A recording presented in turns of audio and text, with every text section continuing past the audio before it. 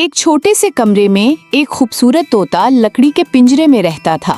اس کا پنجرا صاف، کھانے کا برتن بھرا اور نیچے رنگ برنگی ریت بچھی تھی۔ لیکن طوطے کی سب سے خاص بات یہ تھی کہ وہ انسانوں کی طرح بولتا تھا۔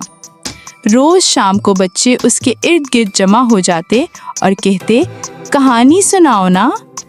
طوطا شہزادوں، پریوں، جادو اور دوستی کی کہانیاں سناتا۔ وہ ہنستا گاتا اور سب کو خوش کر دیتا تھا۔ مگر ایک شام وہ چپ ہو گیا۔ بچوں نے حیرت سے پوچھا، کیا تم بیمار ہو؟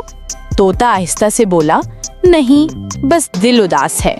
میں کہانیاں سناتا ہوں مگر خود ایک کہانی بننے کا خواب دیکھتا ہوں۔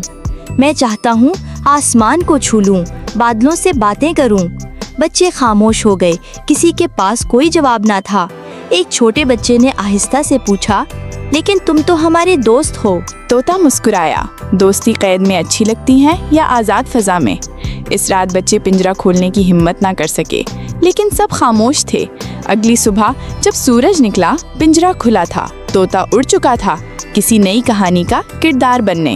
بچے نیچے کھڑے تھے، مسکرا رہے تھے اور آنکھیں نم تھیں۔ اس دن انہوں نے سیکھا، سچ کڑوا ہوتا ہے لیکن سچائی ہی دل کو آزاد کرتی ہے۔